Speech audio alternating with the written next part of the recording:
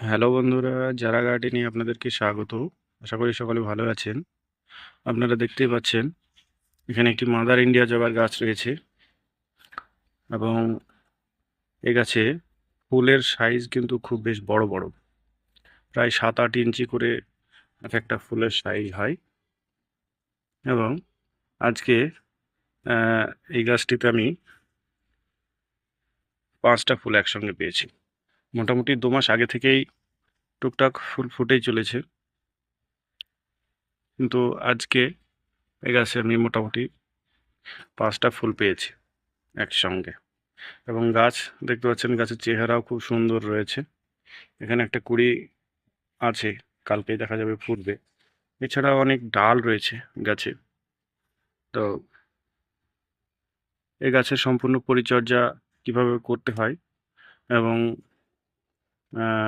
একে ভালো ফুল আনতে গেলে কি করতে হয় সে সমস্ত বিষয়ে একটি ভিডিও করা আছে এবং তার লিংক ডেসক্রিপশন বক্সে দেওয়া আছে, আপনারা দেখে নিতে পারবেন। আপনাদেরকে আগেই বলেছিলাম এটা একটি ইন্টারেস্টিং গাছ এবং আহ, গাছটি পার্মানেন্ট একটি গাছ। আমি সাজেস্ট করব আপনারা অবশ্যই গাছ করুন একটা।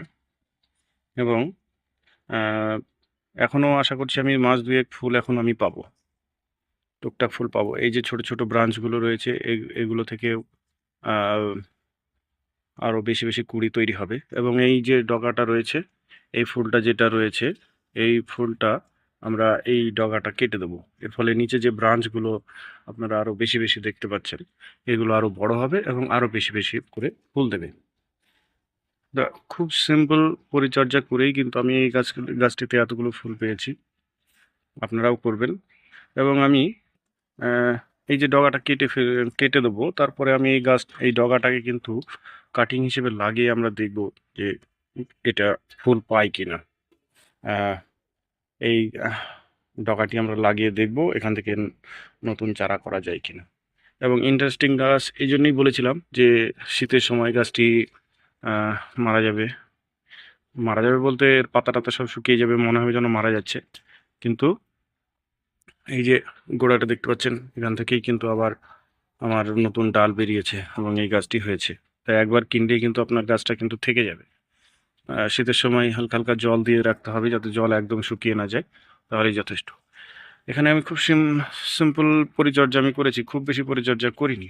গাছটিতে মোটামুটি উম, উম, 10-15 দিন অন্তর অন্তর আপনারা খোল জল দেবেন। বর্ষাকালে খোল জলটা এড়িয়ে যাবেন। আমি আর একটা জিনিস যেটা বেশি করে করি, সেটা হচ্ছে ওই এনপিকে 15-15-15 যে এই সারটা পাওয়া যায়, সেটা আমি যখন জল দিই গাছে, জলে আমি মোটামুটি 1 লিটারে 2 গ্রাম 3 গ্রাম হিসেবে আহ, মিশিয়ে নিই এবং দিয়ে সেই জলটাই আমরা গাছে দিয়ে দিই। গাছে তো জল দিতেই হয়, তাই ওর সঙ্গে আমার খাবারটাও পেয়ে যাচ্ছে। এটা করি।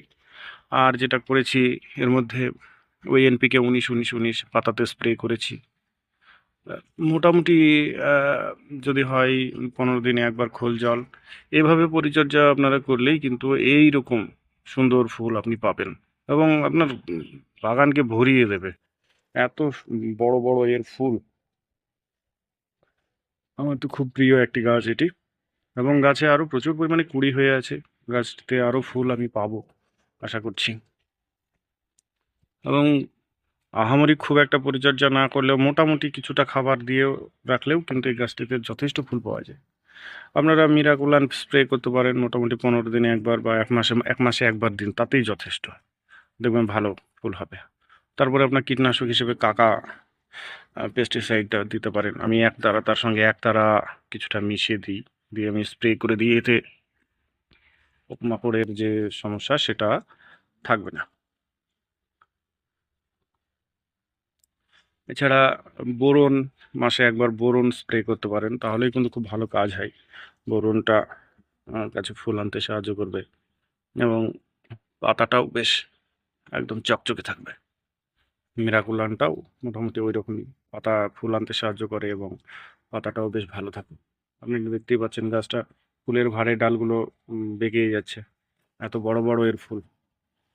তো আপনারা এই গাছটি অবশ্যই রাখুন আপনার বাগানে, দেখবেন খুব ভালো ফুল আপনি পাবেন এবং অসাধারণ ফুলের ভিডিওটি যদি ভালো লাগে অবশ্যই লাইক করবেন এবং চ্যানেলে নতুন হয়ে থাকলে অবশ্যই সাবস্ক্রাইব করবেন এবং পরবর্তী ভিডিওর আপডেট পেতে বেল আইকনটিকে অবশ্যই প্রেস করে দেবেন। বান্ধবদের মধ্যে শেয়ার করে দেবেন যাতে তারা এইভাবে কাজ করতে পারে। আপনারা সকলে ভালো থাকুন। ধন্যবাদ।